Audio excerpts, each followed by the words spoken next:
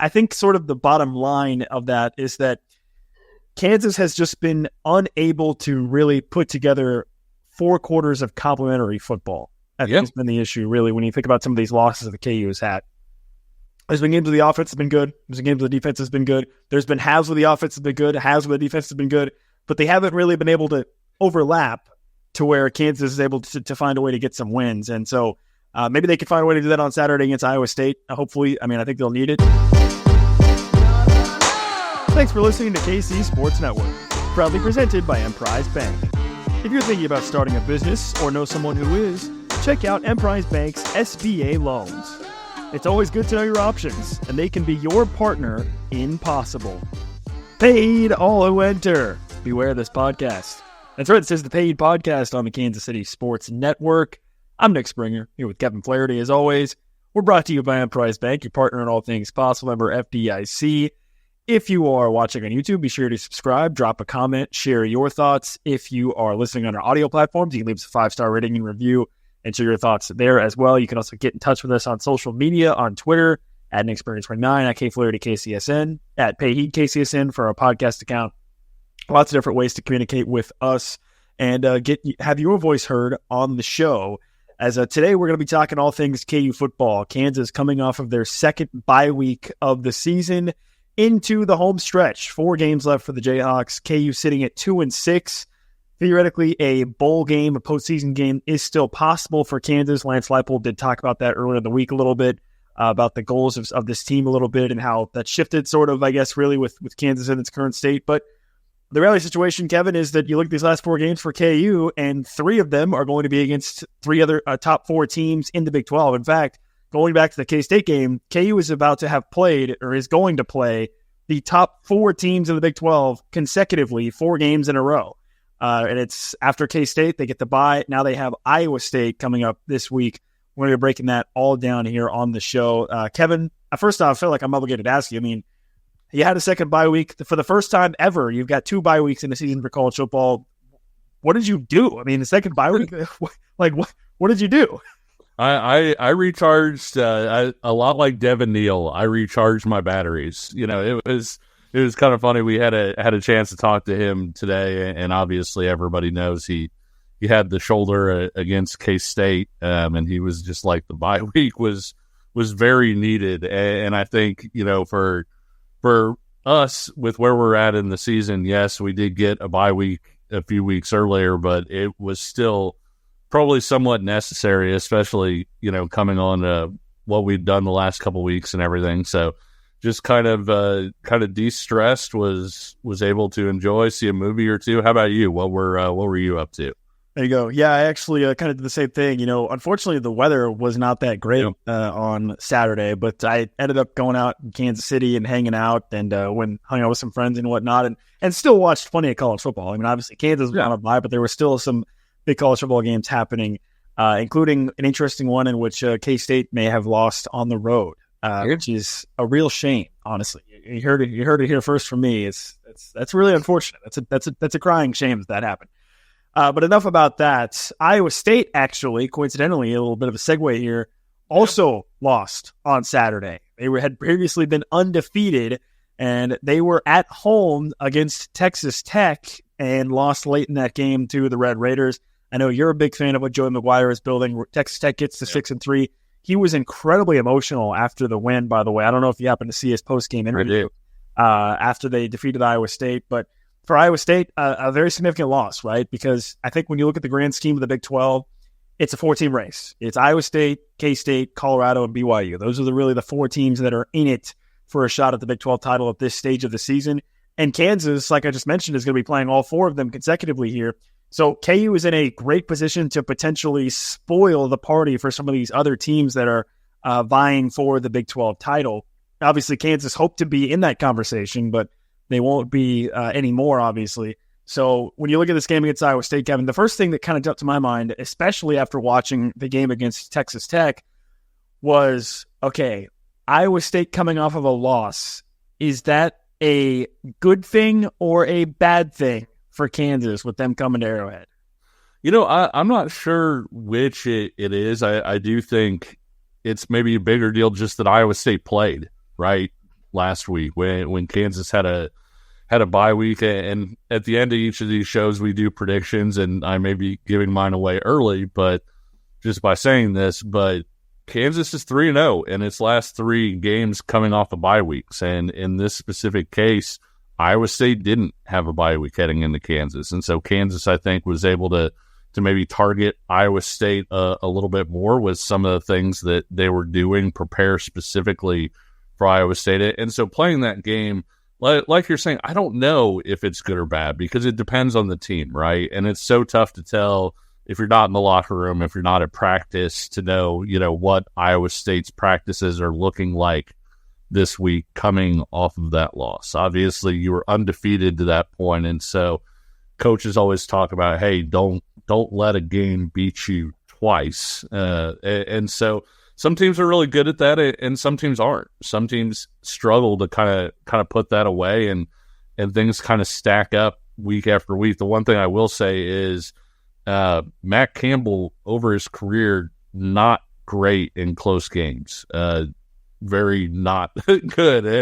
And this year they've had a little bit better results in that one. Did lose a close game to Texas Tech. They do usually have the culture where they come out and play hard, play well, etc. Coming off of those losses, they're a lot like Kansas in that respect, and that Kansas can have a really heartbreaking loss, and Lance Leipold and the staff do a really good job of getting them back refocused on the task at hand, and they don't necessarily get beat twice by the same game. And so I don't know that it's something where it's like, okay, Iowa State's going to go Super Saiyan or whatever because they're coming off of a loss. But at the same time, I'm not sure that it's going to be a giant negative for them either, having that perfect season punctured. Well, look, when you say Matt Campbell in close games, my mind immediately jumps to the KU-Iowa State game in 2022, in which Iowa State tried to kick multiple field goals late in the game and ended up losing 14-11 against Kansas in what was just Iowa State. There's construction right now, obviously, at the booth. Iowa State's kicker is still out there missing field goals, I feel like, right now as construction is going on. Yeah, that was a very interesting game that KU was on the beneficiary end of some of the mistakes that Iowa State made. And yeah, this is an Iowa State team that I think, I don't know, Matt. I don't know, Kevin. I don't think a lot of people really expected them to be in this position, right, at this point in the season. They were definitely not a team that everyone had as a sort of top in the Big 12, and yet here they are. I will say about the discussion with close games, it is interesting because you look at the last 3 games for Iowa State, they were kind of playing with fire, right? It was a tight game in Morgantown. They were up in the fourth quarter before they kind of pulled away late. Then you look at the UCF game that was obviously very close. They probably should have lost to UCF, really, in Ames. And then they play at home again against Texas Tech, and it kind of catches up to them eventually, which, from the KU perspective, I think Kansas is hoping for the opposite of that, right? Like, they've continue to lose close games, and they're hoping that it will, quote unquote, catch up in the other way, and that somehow they'll find a way to win a close game. So that's where this game, I think, really kind of becomes very interesting, because I do expect it to be a close game. I've kind of reiterated this point, time and time again on the show, in that Kansas has way too much talent to really be blown out in any of these games. So, they have not shown that they can win close games, obviously, by their record. But I anticipate that they're probably going to continue to be in close games over these last 4. And the question is, can they win one, right? And you look at this Iowa State game, if you want to look forward, at BYU is obviously going to be a very difficult game with a late kick. Yeah. Then after that, Colorado is a team that can be explosive. And then at Baylor. So this Iowa State game, in some respects, may be the most winnable game KU might have left on their schedule. And that's kind of crazy to say, considering, Iowa State's record, but we know what KU can bring to the table in terms of, how they can perform. The question is, can they find that? And, then you add in the fact that we're anticipating Iowa State's probably going to bring a lot of fans, I would think. Yeah. They bring a lot of fans for the Big 12 tournament in basketball. They haven't played at Arrowhead since 2010. Remember, they used to play the Armageddon game. Yeah. Just like KU in Missouri, they used to play the Farmageddon game at Arrowhead, and they played a couple here in 2009, 2010, which I think K-State won both of those games. So we're talking about 15 years since Iowa State fans have been able to come to Arrowhead, and you have to wonder, I guess, furthermore on the point of the fact that is it better or worse for Iowa State to be coming off a loss? Do you think that'll impact their fan travel? I mean, is there still going to be as many Iowa State fans as maybe you were anticipating originally? Yeah, I think so, because they're still in line for so many different things, right? Like you said, they're still in the race for a Big 12 title, and by proxy, they're still in the race for a college football playoff spot. And so having this special start to the season, Iowa State, I believe, has never won 10 games in their entire school's history in a season. And so that's correct. When yes. you look at what's ahead for Iowa State and what's potentially on the table, I don't think a 1-point loss at home like that is going to cause somebody to be like, oh, I was going to go to Kansas City, but now, So I do think that Iowa State fans are probably going to show out and be there in pretty strong form. It's kind of funny from the Kansas side. You were talking about the playing in close games. There's the old coaching saying, the best way to win close games is to not play close games, and that's been especially true for this KU football team. You think? As 2 blowout wins and 6 close losses, basically, with even the TCU game, which is separated by double digits, being a close game until it got away at the end. But that also applies to Iowa State. And when you look at Matt Campbell, we've talked about it on the show before, but coaches typically, they kind of get to the middle, I would say, in close games, right? Where if you're talking about 1-score games, there are coaches like Bill Snyder and Nick Saban that seem to win an outsized percentage of close games. And there are coaches on the bottom end of that seem to lose a lot. James Franklin. They win. James Franklin, potentially being one. Matt Campbell is one. Lance Leipold, to that point, when you look at where he was coming into the season, if you leave out like his first, I think, couple years at Buffalo, his first year at Kansas, where in all those years they were just vastly overmatched in terms of talent in their respective leagues.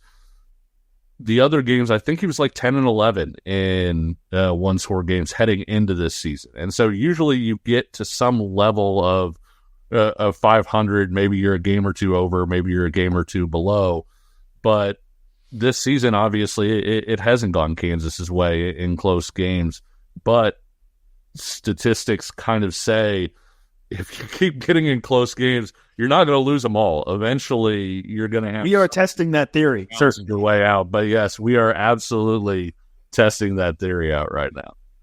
Yeah. I do want to dive more into this matchup between Kansas and Iowa State coming up on the other side.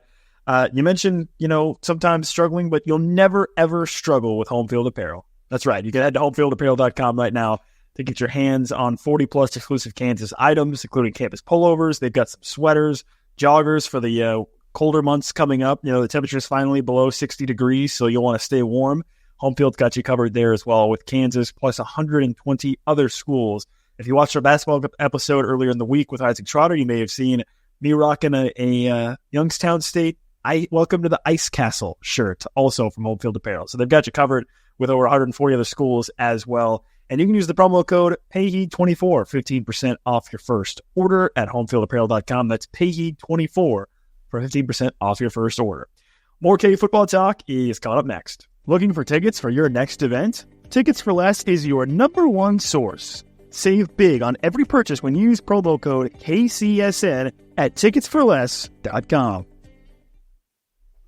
This is the Pay Podcast on the Kansas City Sports Network. I'm Nick Springer with Kevin Flaherty. If you like what you are hearing, or if you're watching us on YouTube, be sure to drop a like, drop a comment, share your thoughts, join in on the conversation.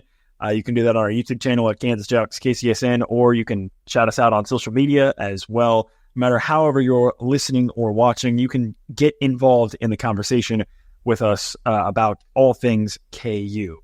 Okay, so like I said, I do want to dive deeper into this matchup with KU and Iowa State. Kansas comes in at 2-6, like we talked about. Iowa State coming off of their first loss of the season. They're sitting at 7-1 with a shot very much still at the Big 12 title for Iowa State.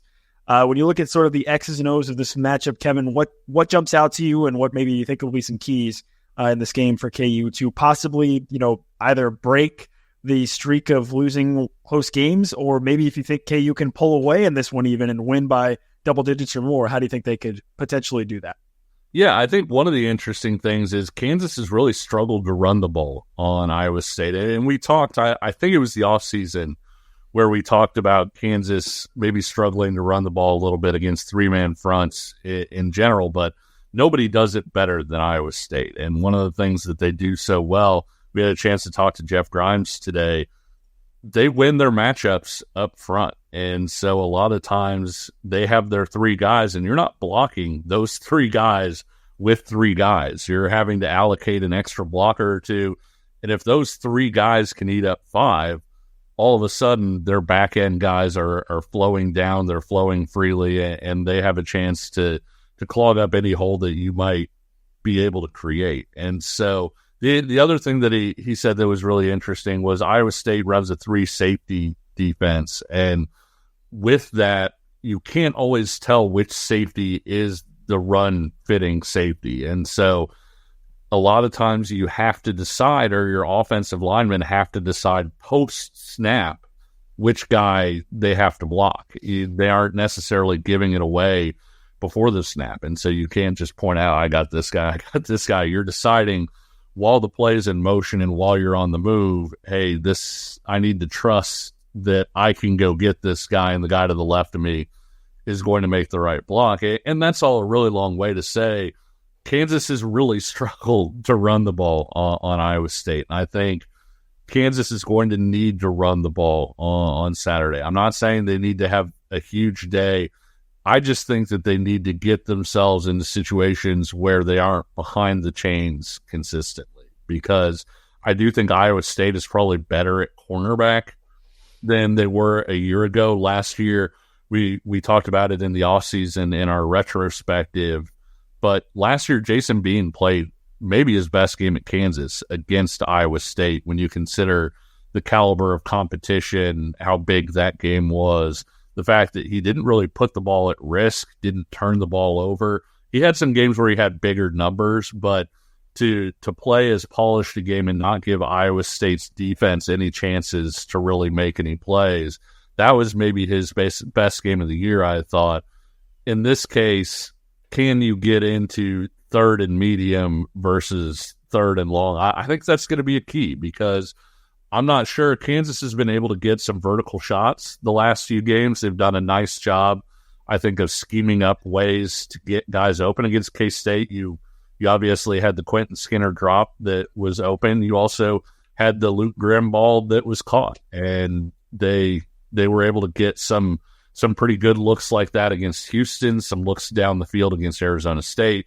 So they've done a pretty good job at that, but I think Iowa State is maybe better equipped to deal with some of that stuff because they're so good at cornerback. Damian Porter is one of the top 10 corners in the country on Pro Football Focus in terms of his grade at cornerback. And so when you look at those guys, I really think it's important to put Jalen in the offense in a spot where they're not having to test that secondary in 3rd and 8, 3rd and 12, situations like that. And so running the ball, it's not like they have to have a 250-yard game to win, but I do think, Nick, they need to run the ball effectively and be able to lean on it a little bit in order to create more manageable situations.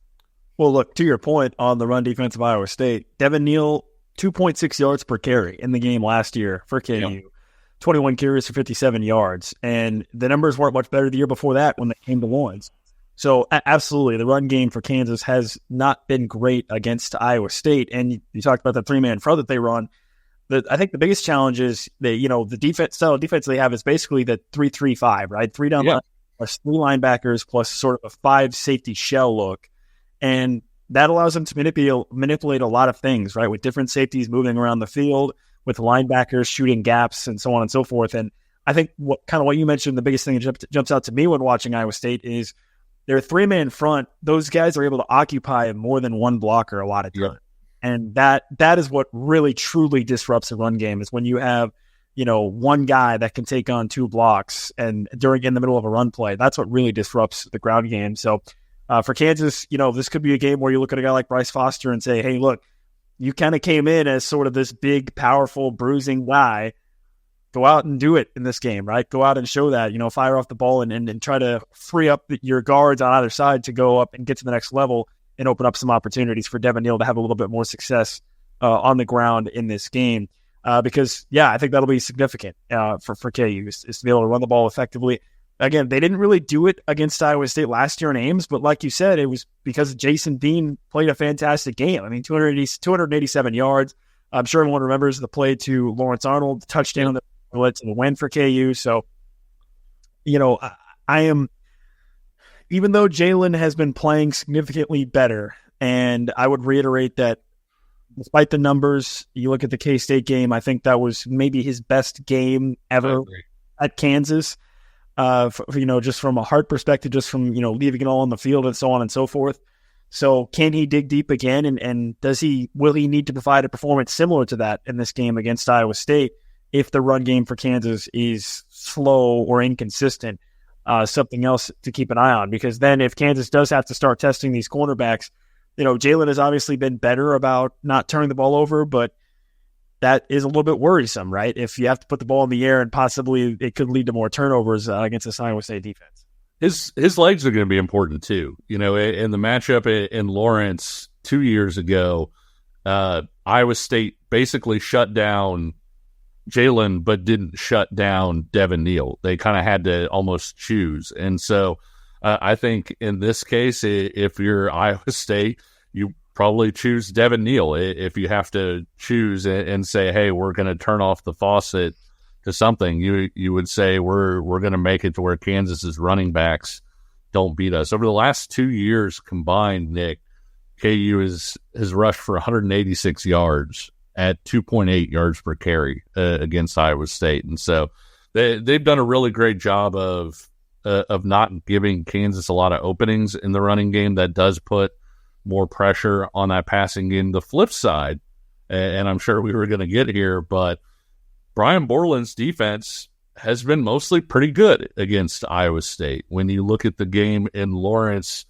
yes, you had the missed field goals, but Iowa State also only had 313 total yards, had 4 yards per play, which if you don't follow that stuff, that would be the best defense in the Big 12 by far this year at 4 yards per play.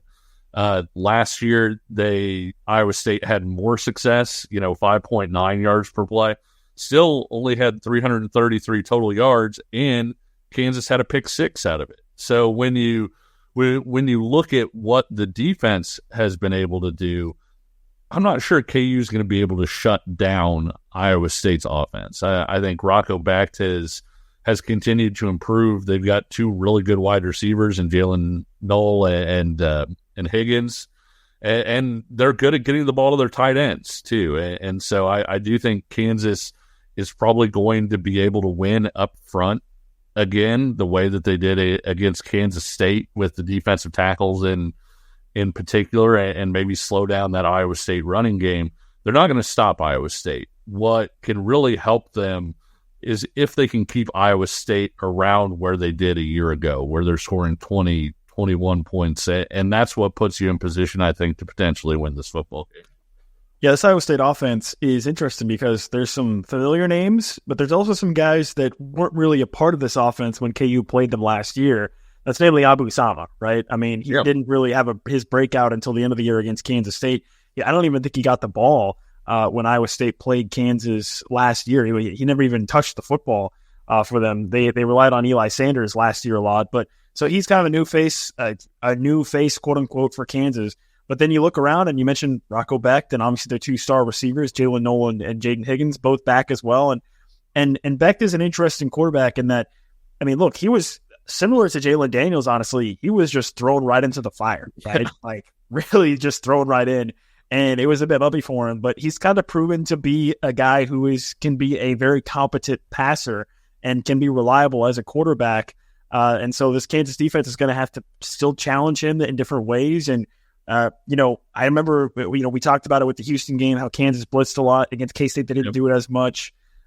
We got a chance to hear from Brian Borland. I mean, did you get the sense from him, Kevin, that Kansas might dial up the heat again in this game against Rocco Becht and might try to bring some more pressure on?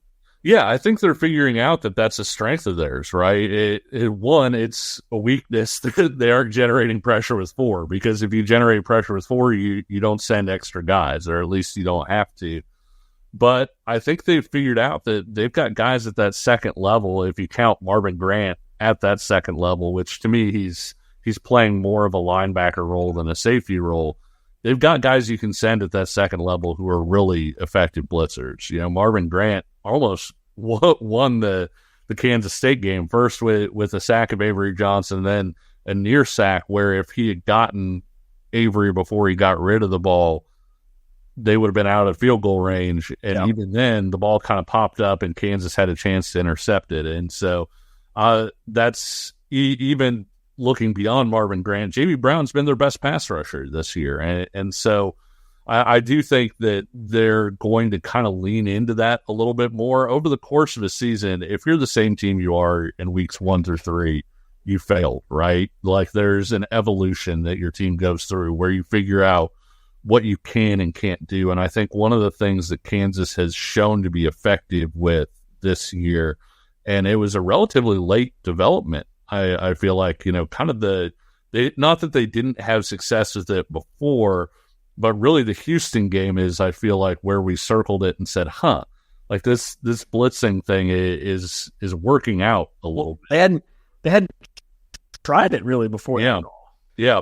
I mean, J.B. Brown had a couple moments, I feel like, prior to that, but not as a holistic strategy where you say, hey, let's send some guys. And so one of the things that I asked Borland about today too is, you want to blitz, other people now know you want to blitz, what's kind of the next step off of that? And he was saying, yeah, there's a cat and mouse game. So now maybe you show some of the blitz looks that you've shown in the past, but you don't send guys. And so you send guys from different angles than you have in the past. And he talked about building out coverage shells behind the blitz in different ways than maybe you have in the past. And that's one of the ways, I think, Nick, not that they put all this in over the bye week. I'm not necessarily saying that, but I do think the bye week gives you a chance to potentially add a little wrinkle or two in there to the blitzing game to where you could maybe even elevate that another step. But I do think,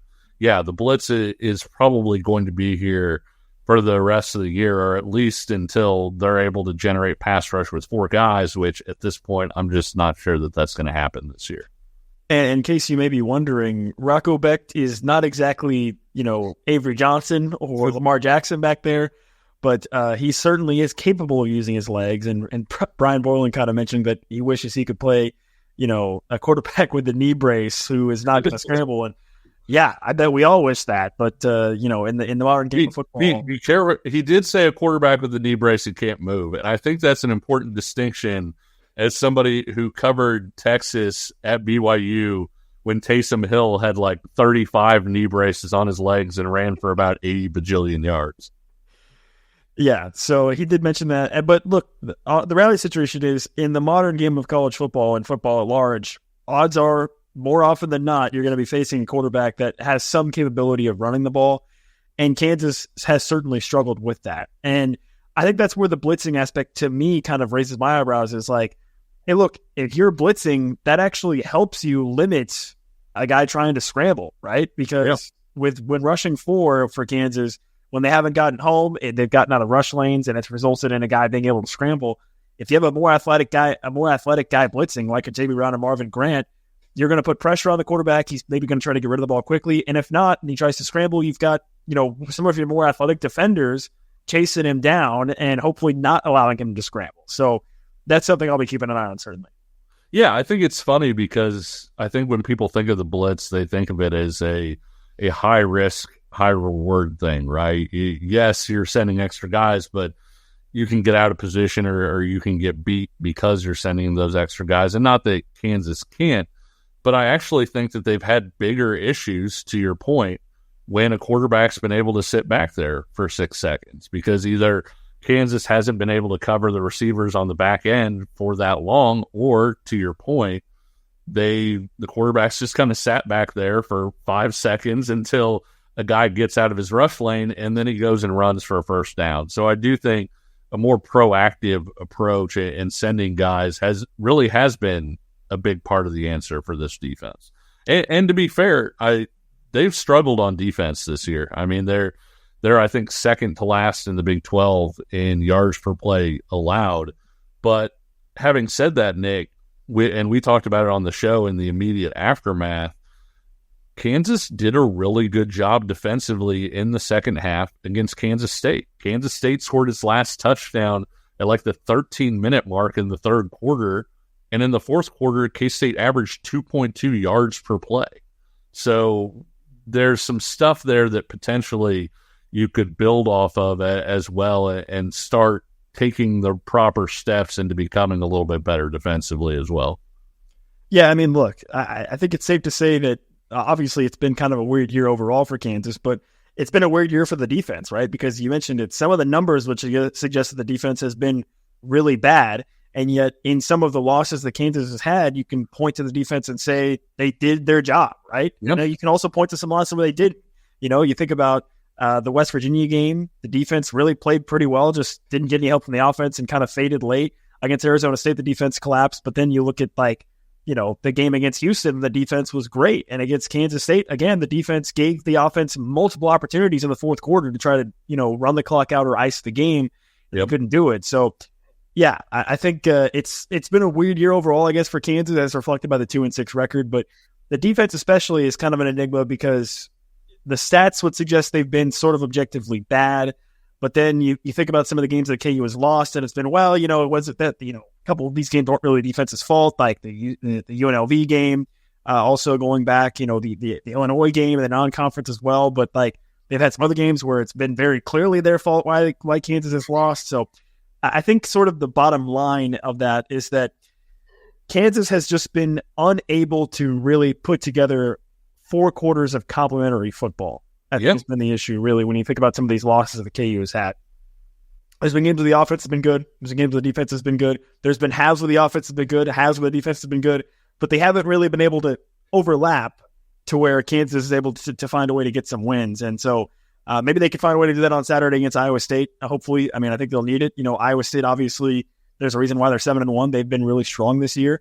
But I think if Kansas puts that together, they're certainly going to have a chance in this game to be able to pull out a win.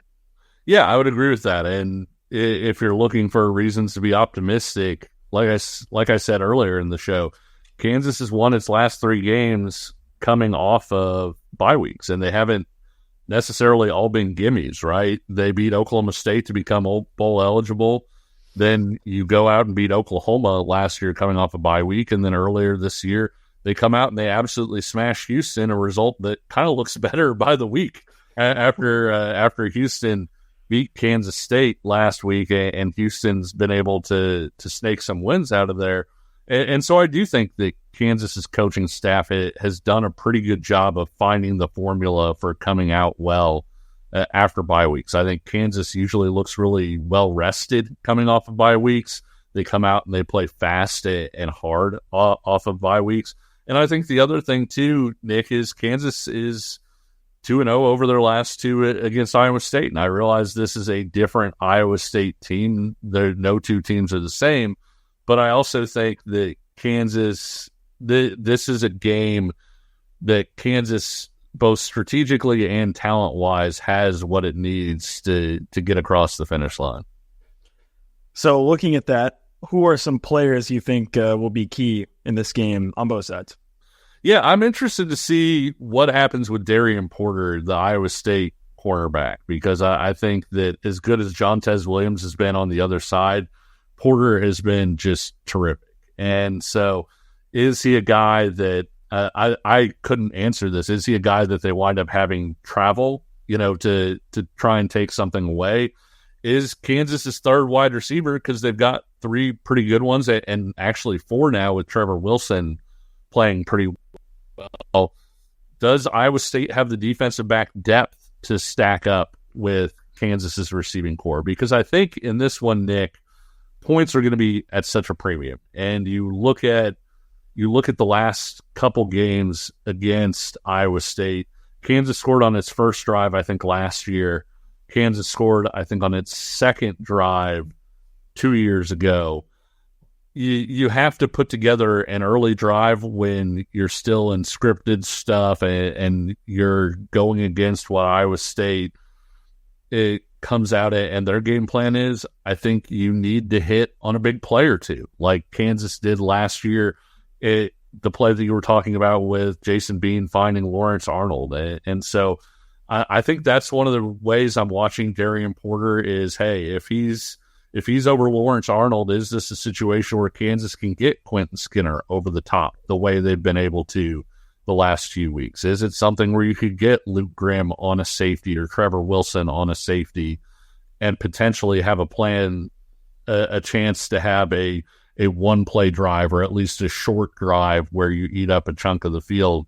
Because I do think that that's going to be a big part of it. You have to make that play because you're not going to just go in and score 42 points in this one. It's just not going to happen.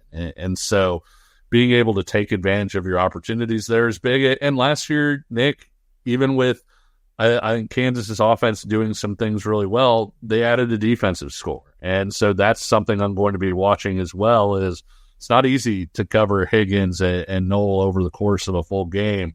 Can Kobe Bryant or Mello Dotson wind up working on a play and kind of making a play that sets things up and makes things easier for the offense?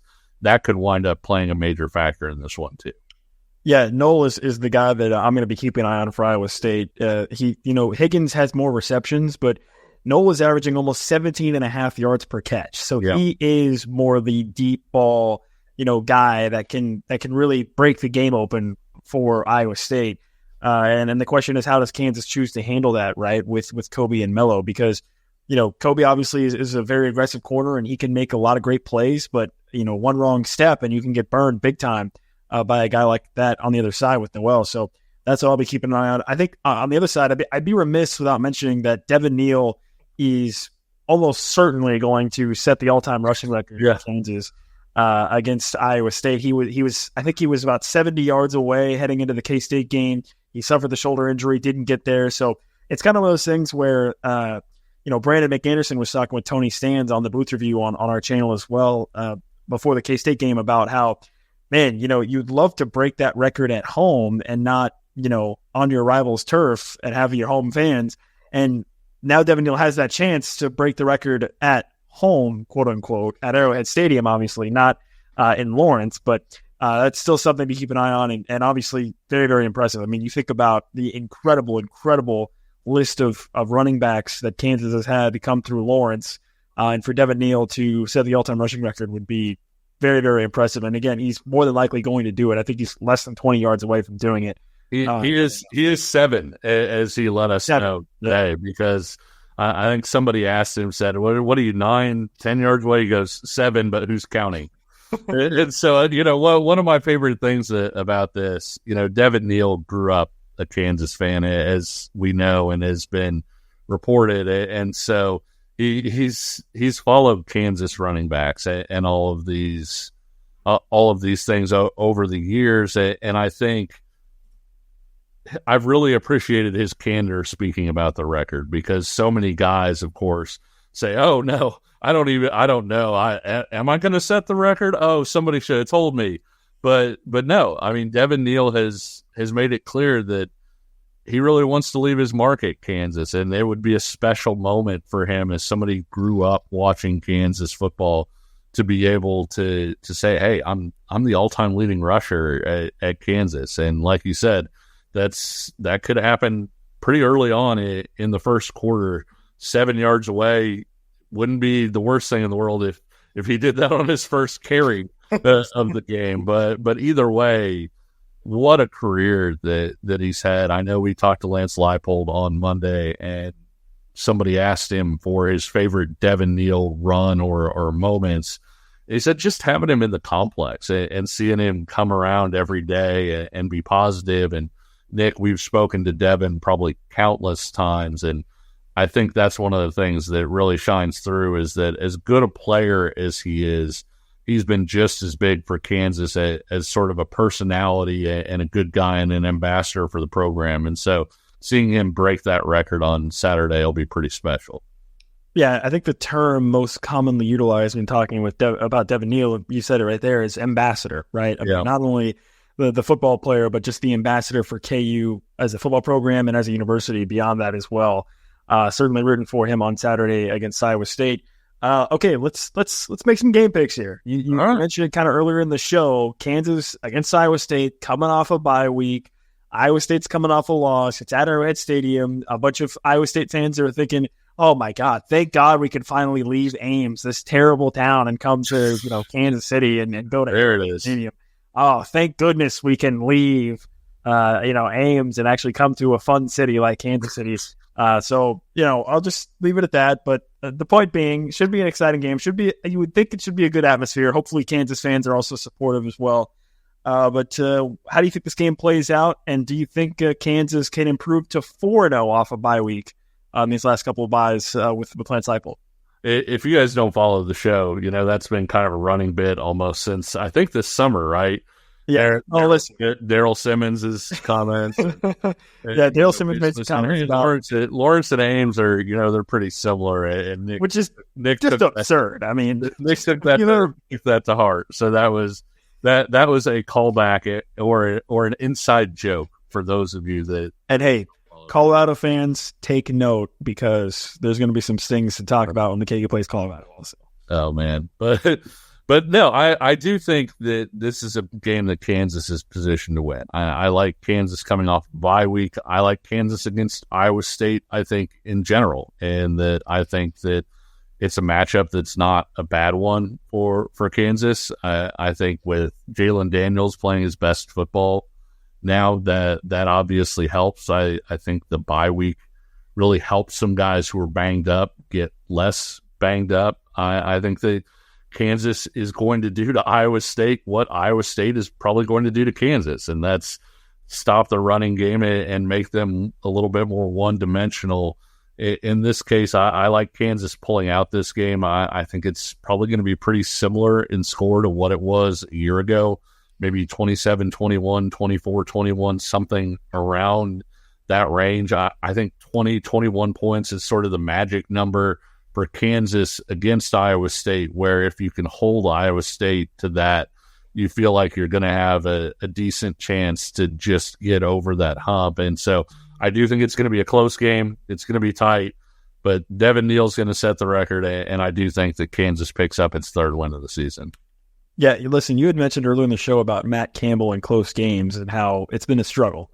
Obviously, for Kansas, it's been a struggle this year too. And so if this ends up being a close game, it's sort of a very movable object against a very stoppable force, potentially, if it comes down to this being a close game with two coaches, with Matt Campbell is sort of his overall entire coaching history versus Lance Leipold, who recency bias, in his most recent close games, he struggled.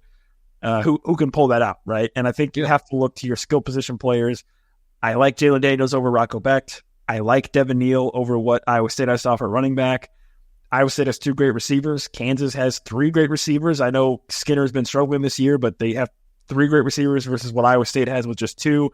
And then I think on defense, I'm probably taking Kobe and Mello over what Iowa State has on the other side of defensive back as well. So I think Kansas is going to make enough plays in this game. Obviously I've been picking against KU quite a bit, and unfortunately I've been right because I've sort of fallen back into this sort of prove it to me for KU. But I don't know. I get the sense that for Kansas that there's going to be a lot of pride on the line with Iowa State probably coming in, bringing a lot of fans, and I'm sure that's going to bring KU fans as well, and obviously make this game have a little bit more of a juiced atmosphere. And I do think KU's going to find a way to win it. I do think KU's going to find a way to pull it out in this one, which is, we'll see. I mean, it'll be a close game, but I think KU can come out on top. I'm with you, though. I think the score is probably going to be in that range. I'm going to say like 30-24 KU wins, but I do expect it to be another close game, and I think this time Kansas comes out on the right side of that. So The frustrating thing I think about the Kansas State loss in particular is because it was lost at the end of the game, people said, oh, it's just same old, when, Nick, if you look at it objectively, if Kansas played that way against Illinois or against UNLV or against West Virginia, Kansas might have won all of those games by double digits. And so I do think that Kansas is starting to play better. It stinks that game, came against K-State in Manhattan, where K-State is terrific and tough to beat. But I do think that Kansas is starting to trend in the right direction, starting to play better. And I thought that the game against K-State was one of their better games of the season. And then you coming off a bye week, I do like the Jayhawks this week. By the way, we talked about it before we got on air. Chris Bear Felica over is he at Fox Sports now, formerly at College Game Day? I believe so, yes. Picked Kansas over Iowa State on his best bets. So it's not just us guys. There's there is a little bit of a feeling that maybe the Jayhawks can go out and do something this weekend. Well, look, you just get the sense that at some point the other shoe has to drop for Kansas, in the sense that you've lost, essentially 6 one-score games, with TCU being a 1-point game in the fourth quarter. At some point you feel like that luck has got to turn. And This game, to me, feels like that game where your luck is primed to turn against an Iowa State team that's coming off of a loss, that has historically, struggled in one-score games and to a certain extent under Coach Matt Campbell, a team that you've already beaten twice in the past 2 years. It feels like the stars are aligning for Kansas to find a way to get this one done and take care of business against Iowa State, which, I hate to say it, Kevin, unfortunately, that would benefit teams like Kansas State, Colorado, and BYU for Kansas to get this win. But at this point, you got to take them where you can get them. So hopefully Kansas does pull it out. Hopefully we see you at Arrowhead Stadium on Saturday in Kansas City for a 2:30 kick. Another interesting note, Kevin, is that the Chiefs have to play at Arrowhead at noon on Sunday. So it's going to be a busy 24 hours for... And don't forget, too, the other interesting part of that is that I believe there's rain in the forecast for Saturday. There is some rain, and potentially. And so if there's rain there, I know that Kansas, the Chiefs ground crew is obviously terrific. I mean, Arrowhead is typically immaculate, but there's only so much you can do if it rains and you have 2 football teams on your field, 24 hours before you're going to play a game yourself. And so there's a chance Kansas turns up Arrowhead a little bit in that one. Yeah, but hey, if they get the win, that's all that matters. So it's taking on Iowa State, 2:30 kick. Kevin and I will have some immediate reaction following the game, so be sure to subscribe to the channel on YouTube at Kansas Jayhawks KCSN, and subscribe to our audio platforms as well for some instant reaction from Kansas and Iowa State coming up on Saturday afternoon. Be on the lookout for that. Be on the lookout for tons more content on our channel on both YouTube and audio side with Kansas basketball. We had a chance to sit down with Isaac Trotter from CBS Sports earlier. Be sure to check out that episode as well, talking all things Kansas basketball. And be sure to stay tuned to the channels for all things KU sports related, as KU women's soccer fighting for a potential NCAA tournament spot. KU volleyball, of course, in the top 10 as well. Kansas women's basketball again, the season underway also. So tons happening, and we'll have it all for you right here on women's basketball about to ink a strong signing class too. Yes. Yeah. They've been very busy with recruiting. Samaya Nichols has been a big part of that, obviously, with players interested in coming to play with her and Coach Brandon Snyder. So absolutely. Lots of positivity happening around this Kansas athletics department and program. Certainly, we hope that carries over on Saturday for Kansas football to get back in the win column. And again, be on the lookout for some post-game reaction from us on Saturday afternoon/evening. Until then, he's Kevin Flaherty. I'm Nick Springer. We'll talk to you again soon. See ya.